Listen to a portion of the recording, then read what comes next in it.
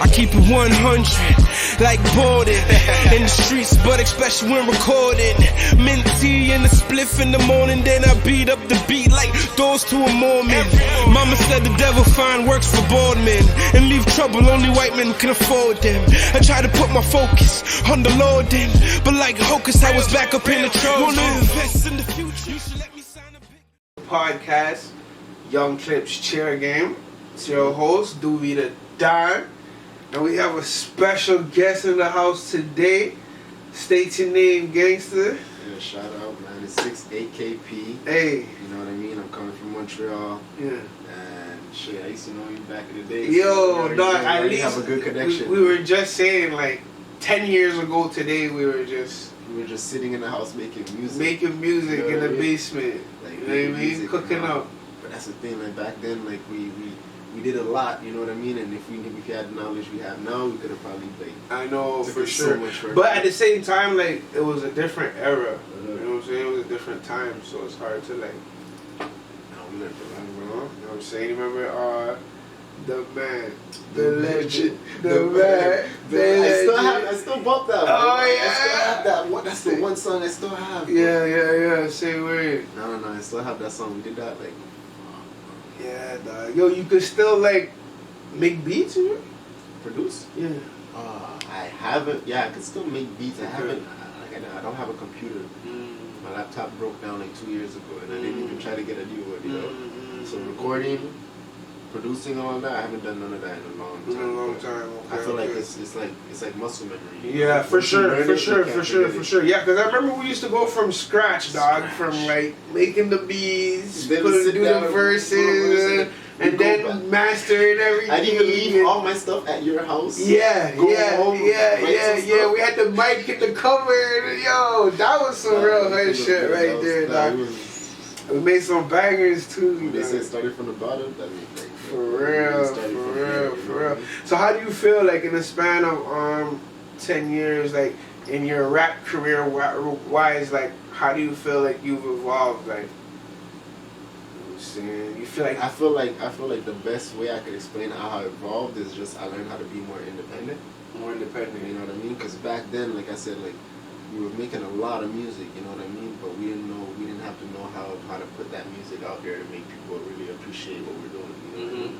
But nowadays it's like more like I wake up and if I make a song or if I put out a video or something, I know how to push myself. I know how to make the right people see it. I know how to make more people see it than just who's around me and everything. You know what I mean? So like getting your thing out there. Getting my thing out there. But there. like we were saying earlier though, like you kind of had like a SoundCloud little buzz going on too, you know? I did. I had a SoundCloud buzz, but that was based on my producer at the time. Okay. We kind of fell off. But okay. That was based on my producer. What do you mean like it's based on him? Because he basically had a buzz. See what I mean? He had a crazy buzz. And him at the time, he was producing all my beats. So every time I made a beat and he put it out, I would get like the feedback from his buzz. You know what I mean? But when we fell off, I kind of like didn't really holler. I don't really talk to him anymore. You know what I mean? So that whole kind of buzz, I let it die down. Okay. What about in terms of like, I don't know, like your lifestyle, your mentality, like, you know what I'm saying? Like, you know, we're running around little knuckleheads, you know what I'm saying? Selling our little weed, doing our little street things, you know? Like, how would you say you've evolved in that term? I feel like in the streets, like, at some point you have to evolve, you know what I mean? Yeah. Because if you don't evolve, you're just gonna end up fucking up, back to the point where you can't fuck up anymore. You know what I mean? Facts. And you gotta learn, you gotta take in the lessons that you take, you know what I mean? Whatever happens, and all you can do is learn from it, you know?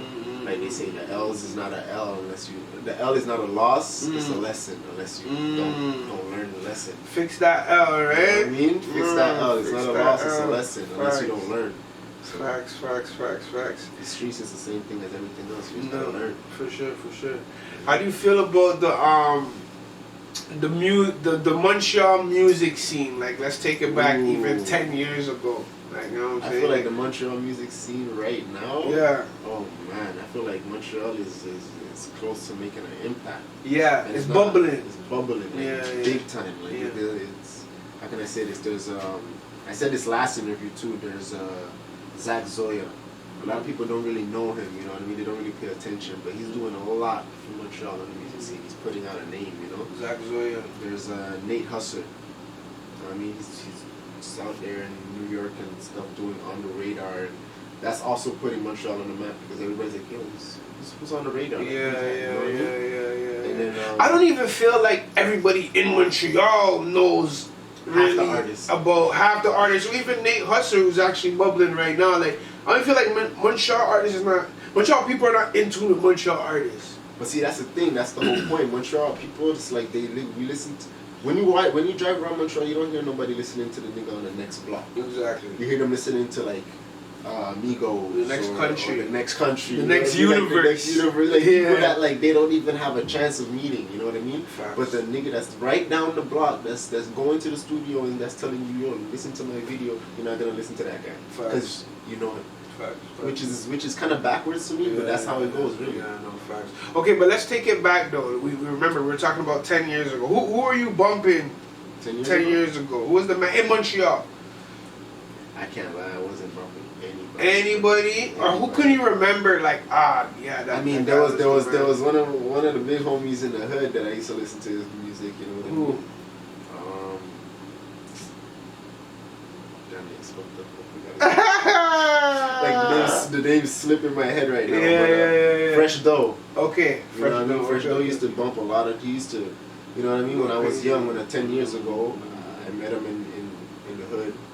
In the West Side? In the West Side. I met him in the West Side at a pizza shop, and he sat down and talked to us for an hour. And when he left, I remember asking, I was like, yo, who is that guy? Yeah. And they're like, yo, he's a rapper, boom, boom. So I listened to his music, and there was him. There was Eyeglass.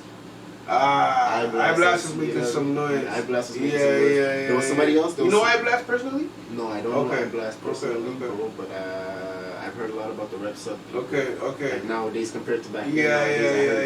Is there a Rep Sup move? There's not really a Rep Sup movement in Montreal right now. I think that's more in Toronto, right? I don't know if they're.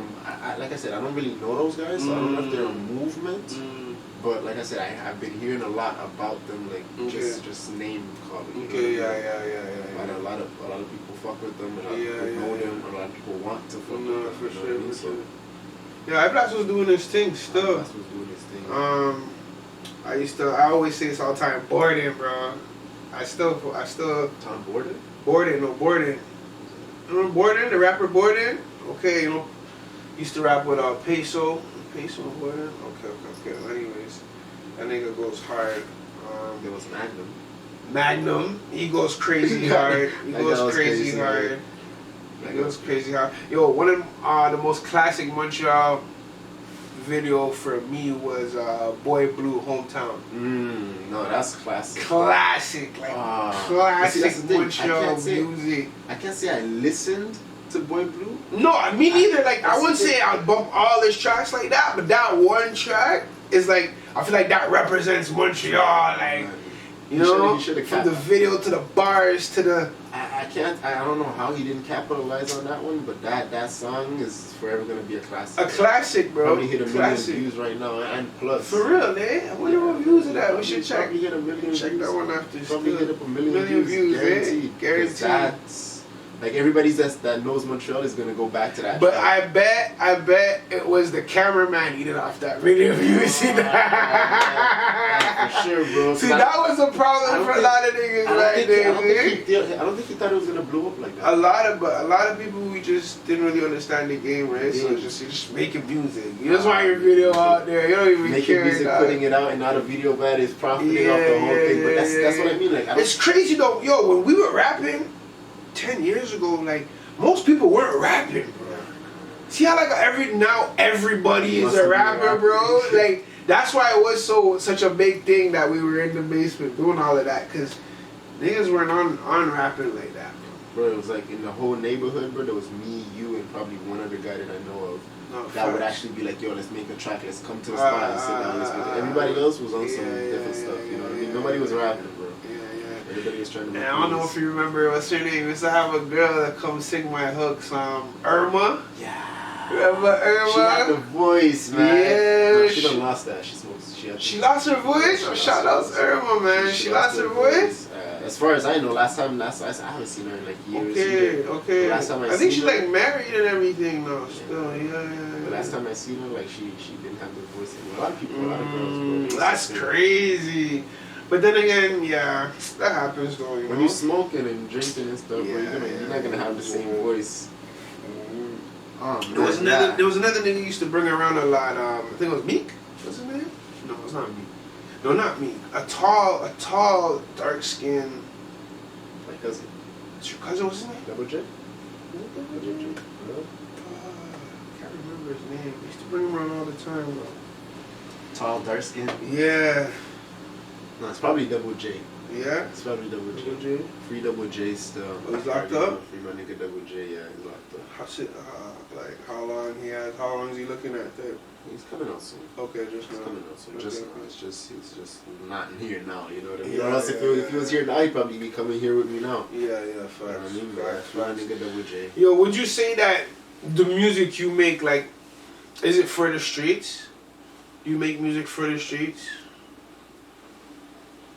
Damn, that's a serious question. I don't know what my